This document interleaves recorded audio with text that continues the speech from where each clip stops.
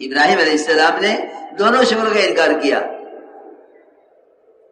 نمرود نے کہا ہمیں تم رزاق مان لو، ہمیں رزاق مان لو، ہم تمہیں راشن دیں گے. آج بھی میرے دوستوں یہی بات ہے، آج بھی یہی بات ہے. نمرود ختم ہوا ہے، نمرودیت ختم نہیں ہوئی ہے. نمرود ختم ہوا ہے، نمرودیت ختم نہیں ہوئی ہے. فرعون ختم ہوا ہے، فرعونیت ختم نہیں ہوئی ہے. مسلمان کو اس بات کا خیال بھی آنا،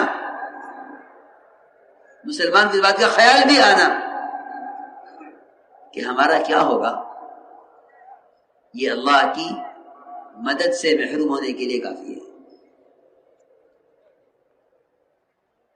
یہ خیال بھی آنا کہ ہمارا کیا ہوگا.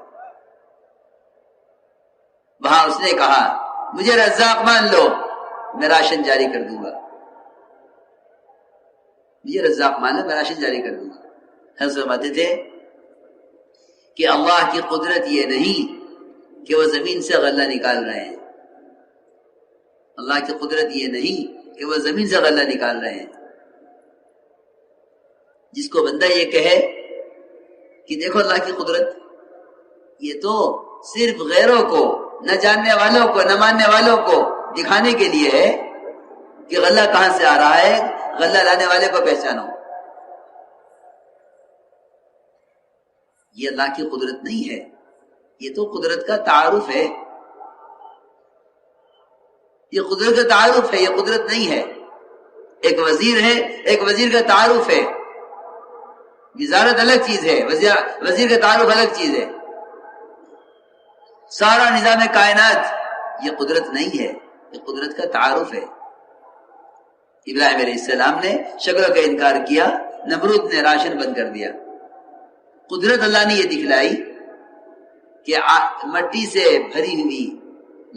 بھری ہوئی بوری کو اللہ نے آٹے میں تبدیل کر دیا. ہم ایسے رزاق ہیں. ہم رزاق یوں نہیں ہیں، ہم رزاق یوں نہیں ہیں کہ تمہاری قدرت کو زمین سے غلے کے ساتھ مقید کرو. ہم ایسے رزاق نہیں ہیں کہ تم ہماری قدرت کو زمین کے ساتھ، زمین کے ذریعے سے غلہ لینے کے ساتھ مقید کرو. ہم قادر غیر مقید ہیں، ہم قادر مطلق ہیں، ہم قادر مطلق ہیں. زمین قدرت کے تعارف کے لیے ہے، قدرت نہیں ہے. قدرت اللہ کی ذات میں ہے. ہوگا کیا کہ جو لوگ نظام کائنات کے انکار نہیں کریں گے قدرت کے مقابلے میں، انہیں یہ سمجھایا جائے گا کہ دیکھو بھائی، جو چیز تمہیں نفع دے رہی ہے تم اس کا کم سے کم شکر تو ادا کرو،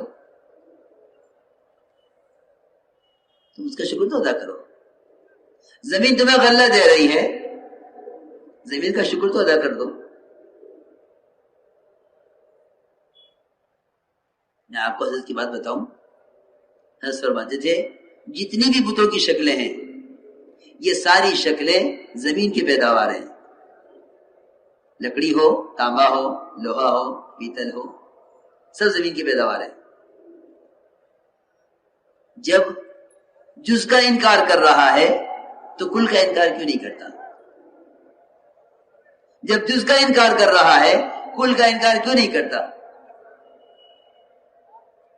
یہاں آ کر کہتا ہے کہ زمین سے غلہ ملے گا. اللہ تعالیٰ نے صاف انکار فرما دیا، انتم تزرعون ام نحن الزارعون. اگانا بھی ہمارا کام ہے اور اگا کر اسے سارے کو بھوسا بنا دینا اور ایک دانہ تمہارے ہاتھ نہ لگنا، یہ بھی ہمارا کام ہے، یہ بھی ہمارا کام ہے. لو نشاء لجعلناه حطاما فظلتم تفكهون. یہ مت سمجھنا کہ ہم نے تمہیں زمیندارہ دیا ہے تو تم زمین اپنی مرضی سے کچھ کر لو گے. ہم جب چاہیں گے اس کو ایسا بھوسا بنا دیں گے تمہیں ایک دانہ نہ ملے گا. میرے دوستو عزیزو، اس لیے میں نے عرض کیا کہ نظام کائنات یہ اللہ کے تعارف کے لیے ہے. نظام کائنات اللہ کے تعارف کے لیے ہے، نظام کائنات اللہ کے تعارف کے لیے ہے، استفادے کے لیے نہیں ہے۔ استفادے کے لیے اللہ نے احکام دیے ہیں، اس لیے اللہ کی ذات عالی سے فائدہ اٹھانے کے لیے غیب کا یقین شرط ہے، غیب کا یقین شرط ہے۔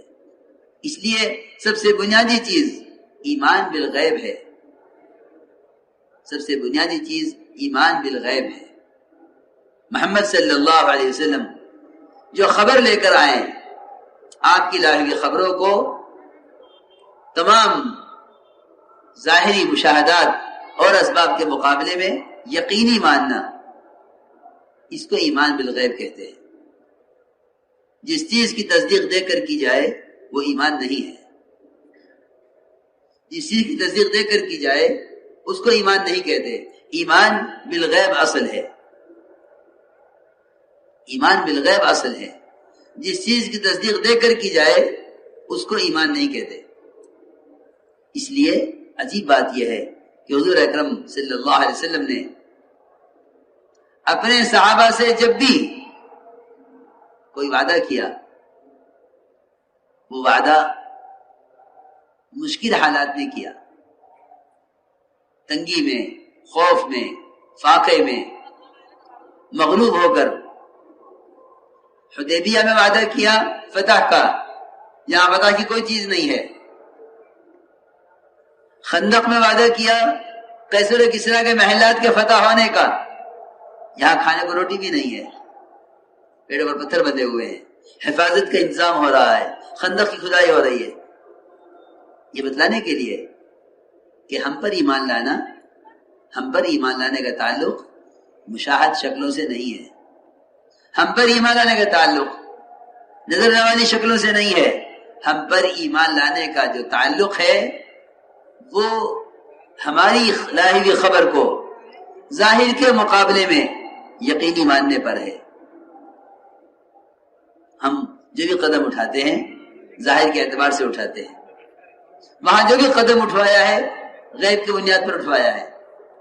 اس لیے یہ بات سب یاد رکھیں کہ ایمان بالغیب اصل ہے، ایمان بالغیب اصل ہے۔ جس چیز کی تصدیق دیکھ کر کی جائے اس کو ایمان نہیں کہتے۔ حضور اکرم صلی اللہ علیہ وسلم نے، آپ کا سفر معراج ہوا، آپ نے خبر کی، اور یہ بات بھی یاد رکھنا کہ آپ نے یقین کرنے والوں کو خبر نہیں کی، بلکہ آپ صلی اللہ علیہ وسلم نے اپنے معراج، سفر معراج کی خبر تکذیب کرنے والے، جھٹلانے والوں کو کی۔ یہ سمجھنے کی بات ہے۔ ابو بکر صدیق رضی اللہ تعالی عنہ سب سے زیادہ تصدیق کرنے والے، ان کو بعد میں علم ہوا، ان کو بعد میں علم ہوا، ابو جہل کو پہلے علم ہو گیا۔ سب سے بڑا کذاب اس کو بتلایا کہ رات یہ سفر ہوا ہے، رات یہ سفر ہوا ہے، سفر معراج۔ غیب کی خبر دی کس کو؟ ابو جہل کو۔ آپ بیٹھے ہوئے تھے، ابو جہل گزرا وہاں سے، محمد صلی اللہ علیہ وسلم کیا سوچ رہے ہو؟ آپ نے فرمایا رات میرے ساتھ یہ ہوا۔ ابو جہل نے کہا خاموش رہیے، میں سب کو جمع کر لوں تاکہ سب مل کر آپ کی تکذیب کریں۔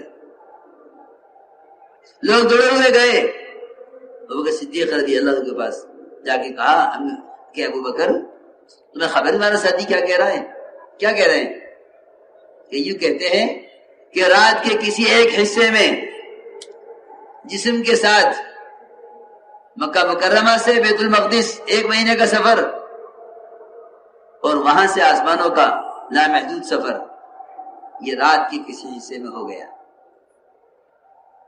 سنتے ہی فرمایا کہ اگر وہ کہہ رہے ہیں تو بالکل خدا کی قسم سچ کہہ رہے ہیں،